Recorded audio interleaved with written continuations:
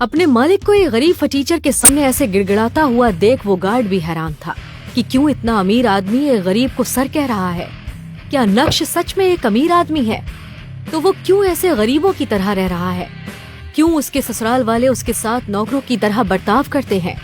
क्या है नक्श की असली सच्चाई? आखिर क्यों एक अमीर बाप ने करवाई अपनी बेटी की शादी एक कंगाल लड़के से? और फिर उस लड़की को अपने फ्यूचर पति से न्यू ईयर का ऐसा तोहफा मिला जिससे उसकी आंखें फटी की फटी रह गईं और अपने पति की सच्चाई जानकर उसके होश उड़ गए। अनिका ने अपने पापा के कहने पर नक्श से शादी तो कर ली थी, मगर उसने ये शर्त रखी थी कि घर से बाहर किसी को ये पता न चले कि वो उसका पति है। पापा ने तुम जैसे कंगाल से शादी करा के मेरी जिंदगी बर्बाद कर दी। मेरे सारे सहेलियों के पति उन्हें महंगे महंगे गिफ्ट देते हैं और तुम वही 10 रुपए का गुलाब का फूल और कार्ड। नक्श उस घर में घर जमाई बनकर रहता था, मगर वो वहाँ एक नौकर ही था। सब उसे जलील करते रहते। ना तो उसे घर में ठीक से खाने को मिलता था, कभी कालीन पर तो कभी वो कुत्तों के कमरे के बगल में सोता। अपना पॉकेट खर्च चलाने के लिए वो एक जगह चपरासी की नौकरी भी करता था।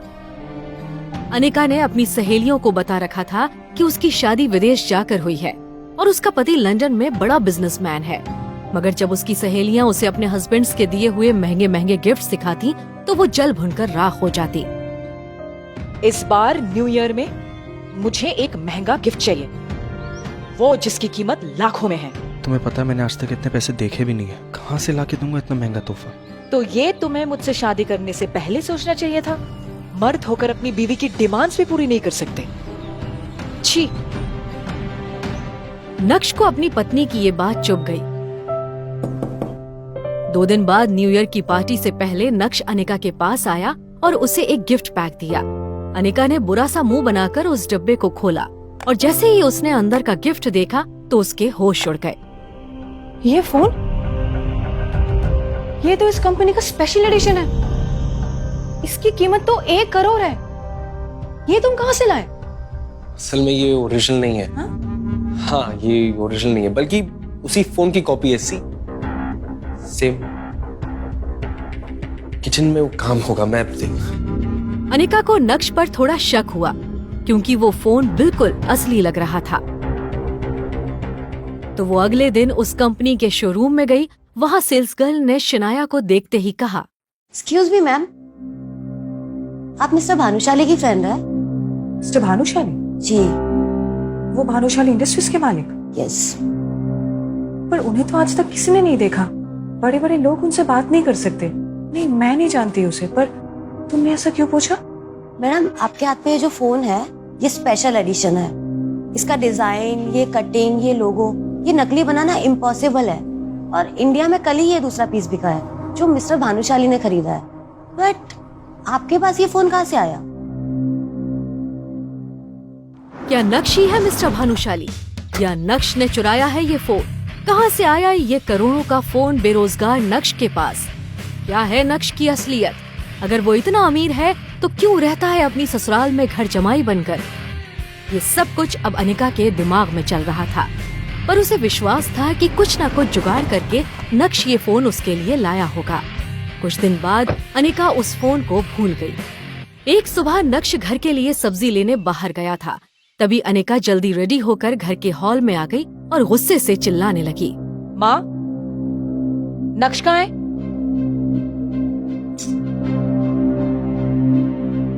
क्या आपको कुछ बता के गया है? वो कहाँ गया है? मने नहीं खबर। लगता है इसको लाइन पे लाने का वक्त आ गया है। ये आदमी ना काम के समय हमेशा गायब रहता है। बस 1 हफ्ते पहले उसे रामनिक भाई की दुकान से एक सेट लेने के लिए बोला और वो भुलक कर भूल गया। आज मैं सोच रही थी उसे अपने साथ ऑफिस लेकर चलूं, पर वो महाशय तो घर पे है ही नहीं। ये सब क्या है माँ? मेरी किस्मत में ये सब लिखा है क्या? उस लड़के से क्यों शादी करवाई मेरी? शू बात करे छे? मेरी कोई गलती नहीं। उस नालायक लड़के से तेरी शादी मैंने नहीं, तेरे बापू ने करवाई है। मेरी कोई गलती नहीं है। अभी चित्रा और अनिका नक्श को बुरा भला कह रहे थे कि तभी नक्श आ गया, पर उसने उन दोनों को नजरअंदाज करके अंदर जाना ठीक समझा। तभी चित्रा ने नक्श पर तंज कसते हुए कहा, लो आ गए शहजादे, नैन मटक्का कर। अभी भी तुम्हारी काम चोरी की बातें हो रही थी यहाँ, समझे? और तुम मम्मी ये- प्लीज, नॉट नाउ। मुझे ऑफिस के लिए लेट हो रहा है, विहान मेरा इंतजार कर रहा है। और तुम देखो, काम चोरी में तो तुम सबसे आगे निकल गए। मैं आज तुम्हें एक आखिरी मौका दे रही हूँ। मेरे साथ ऑफिस चलो और लौटते समय रामनिक भाई की शॉप से मेरा सेट उठा लेना। तुम्हारी वजह से मैं ऑलरेडी लेट हो चुकी हूँ। ये फाइल ले लो। नक्श चित्रा से तो कभी कभी बहस कर लिया करता था, लेकिन वो अपनी वाइफ अनिका से कभी भी जुबान नहीं लड़ाता था। कार से उतरते हुए अनिका ने देखा कि उसके पास बहुत सारी फाइल्स हैं। अगर वो ऑफिस से किसी को बुलाएगी तो इसमें और भी ज्यादा टाइम वेस्ट होगा। इसीलिए उसने नक्श की तरफ देखा और उसे अंदर आने के लिए कहा। ये सब लेकर आओ। अनिका जब अपने कैबिन में पहुंची तो उसका दोस्त और बिजनेस पार्टनर विहान बजाज पहले ही वहां बैठा उसका इंतजार कर रहा था। हाय विहान। यार अनिका, तुम कहाँ रह गई थी? पता है, पिछले 1 घंटे से तुम्हारा इंतजार कर रहा हूँ। I am so sorry. कुछ लोगों की वजह से ना घर से निकलने में देर हो जाती है।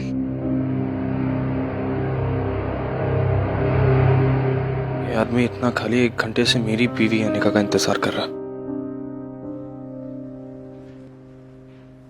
क्या हो विहान, बहुत मुस्कुरा रहे हो? कोई लॉटरी लगी है? हाँ, ऐसे ही समझो। तुम्हारा आना किसी लॉटरी से कम का है। ये देखो अनिका, तुम्हारे लिए डायमंड का रेयर नेकलेस, सिर्फ तुम्हारे लिए।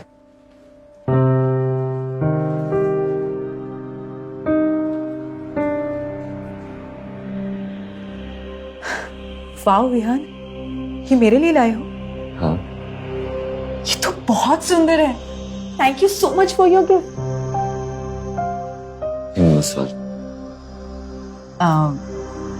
Can you? अनिका, मैंने आज तक तुम्हें कोई सलाह नहीं दी, पर आज दूंगा। ये आदमी तुम्हें इंप्रेस करने के लिए सस्ते हीरे का हार लाके दिया। ये हीरा असली नहीं है। इस आदमी से तुम्हें बात भी नहीं करनी चाहिए।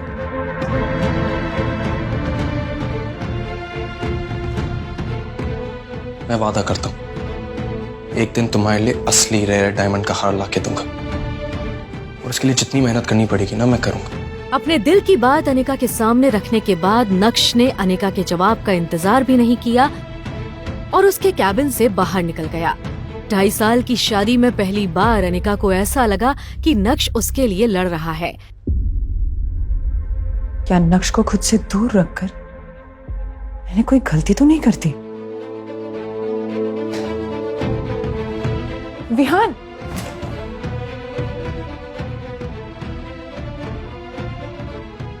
ये मैं क्या सोच रही हूँ? विहान मेरा बिजनेस पार्टनर है और इस कंपनी का सबसे बड़ा इन्वेस्टर। नक्श की इस हरकतों की वजह से अगर विहान ने मेरी कंपनी से बैकआउट कर दिया तो क्या होगा? नहीं, नक्श की वजह से मैं मेरी इतनी सालों की मेहनत जाया नहीं जाने दे सकती। मुझे नक्श की नहीं, मुझे विहान की जरूरत है। नक्श, ये क्या पागलपन है? हाँ, तुम्हें इतना हक किसने दिया है कि तुम मुझे अपनी बेतुकी सलाह दे सको? क्या तुम्हारी हिम्मत कैसी हुई? मेरी गलती थी कि तुम्हें यहां पर लेकर आई। अब तुम यहां से चुपचाप निकल जाओ। Just leave. नक्श ने अनिका की इस बात का भी कोई जवाब नहीं दिया। वो जानता था कि वो जितना बोलेगी उतना ही अनिका का गुस्सा बढ़ता जाएगा। उसे अनिका से जो कहना था वो उससे कह चुका था। अब बार बार उस बात पर बहस करने का कोई फायदा भी नहीं था। बेहोश, चाहता क्या है? सुनाई नहीं देता क्या? कब से आवाज दे रहा हूं? बहरा है क्या? तूने मेरे सामने मेरे गिफ्ट का मजाक कैसे उड़ाया? और तू खुद को भी बेच देगा ना, तभी उस हार को नहीं खरीद पाएगा, समझा? दूसरी बात, तुझे अपनी मार्केट वैल्यू पता होनी चाहिए। 0, डब्बा गुल। साले फर्जमाई। नक्श अभी भी सबके सामने हंगामा करने के मूड में नहीं था, लेकिन जब कोई आपकी खामोशी का फायदा उठाने लगे तो बोलना जरूरी हो जाता है। पहली बात, जो पीछे खड़ी है ये मेरी बीवी है। दूसरी बात, मेरी बीवी को तुम जैसे इंसान से गिफ्ट्स लेने की जरूरत नहीं है, मैं उसे खुद लाकर दे सकता हूं। तो अपने ढोंगी दिखावा बंद कर। और हाँ, तीसरी बात, जब जेब में नोट ना हो तो चिल्लर बजाकर दिखावा नहीं करते।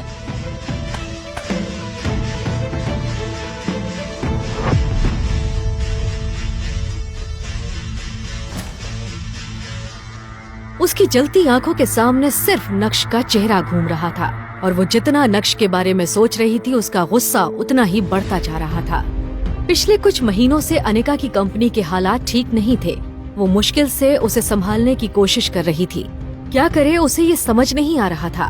तभी उसे विहान मिला और जब उसकी दोस्ती विहान से हुई तब जाके उसे पता चला कि वो एक बहुत बड़े परिवार से ताल्लुक रखता है।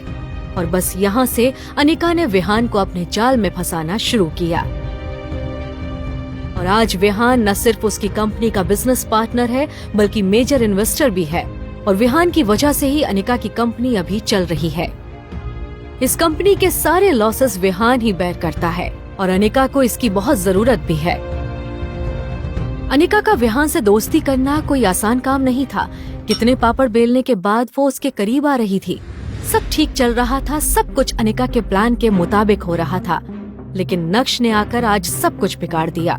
अब अनिका मन ही मन सोच रही थी, क्या जरूरत थी नक्श को विहान को ऐसा कुछ कहने की। अब पता नहीं वो मेरी कंपनी में अपना पैसा इन्वेस्ट करेगा या नहीं। अब अनिका उसे कैसे मनाएगी। अगर गलती से उसने अपना पैसा रिटर्न करने के लिए कहा तो अनिका की कंपनी एनजी कॉर्पोरेशन तो बहुत बड़ी मुसीबत में पड़ जाएगी। उसके बाद क्या होगा, जवेरी खानदान को कौन संभालेगा। ये सोचते सोचते अनिका को खुद पर ही गुस्सा आने लगा। असल में गलती उसी की है। वो क्यों नक्श को उन दोनों के बीच में लाई। क्या जरूरत थी नक्श को ऑफिस साथ लाने की। अगर वो आज नक्श को अपने साथ नहीं लेकर आती तो अभी विहान उसके साथ बैठा होता।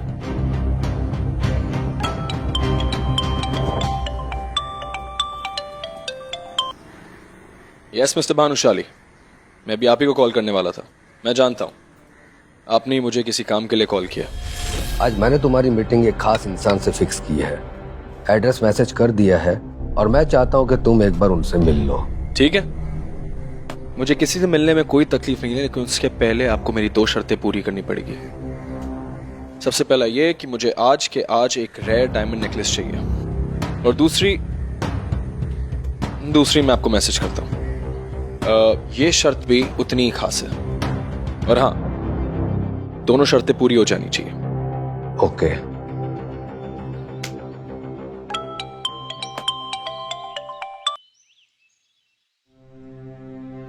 कुछ अच्छे कपड़े खरीद लो।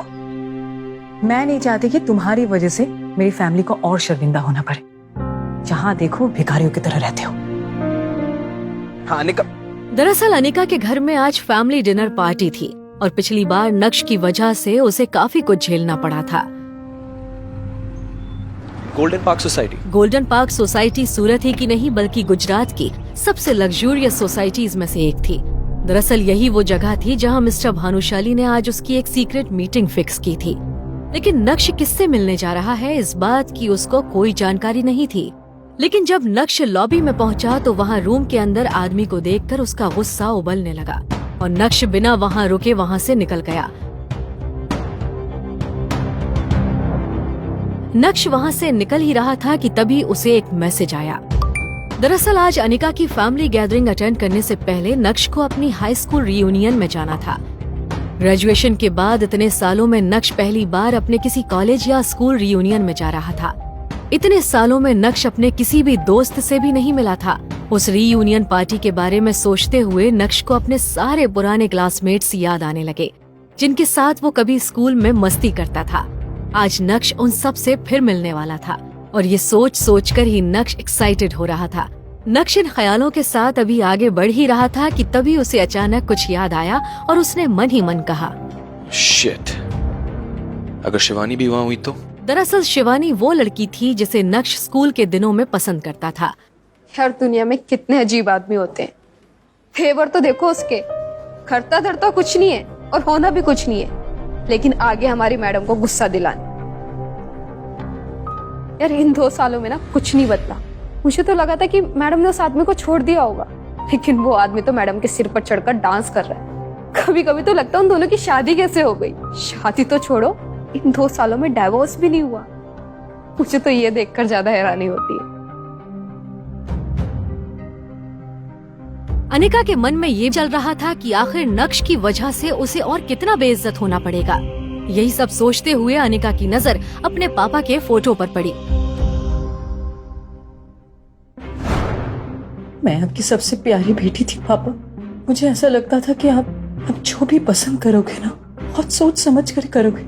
इसलिए मैंने कभी भी किसी लड़के के साथ रिलेशनशिप में नहीं आई और ना ही आपके सामने मेरी शादी की कोई भी शर्त रखी।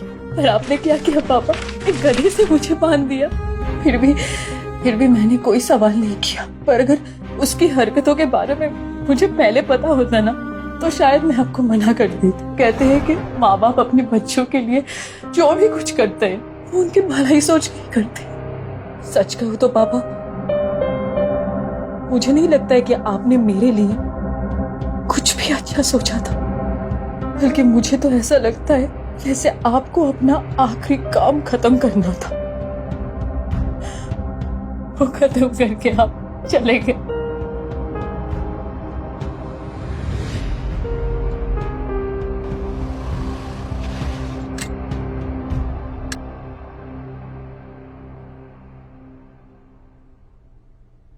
फटीचर कहाँ गुस्सा चला रहा है?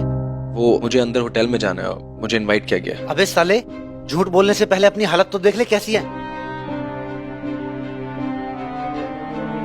ये होटल प्राइम है, शहर के यहाँ सब लोग अपनी बड़ी बड़ी कारों के साथ में आते हैं, और तू भिखारी अंदर घुसेगा? मैं तुम्हें घुसने दूंगा? चल भाग यहाँ से। अरे आप सुनिए मेरी बात, आपको गलतफहमी हुई है। मैं अभी होके आ रहा हूँ, 5 मिनट लगेगा, मैं आ रहा हूँ। अब तो चल भाग यहाँ से।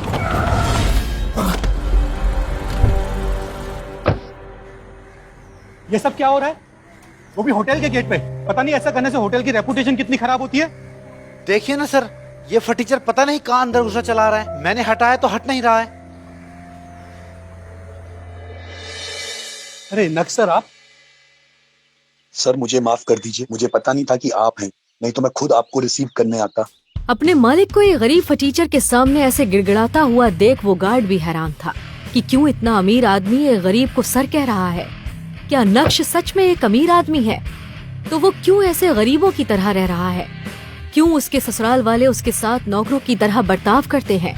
क्या है नक्श की असली सच्चाई?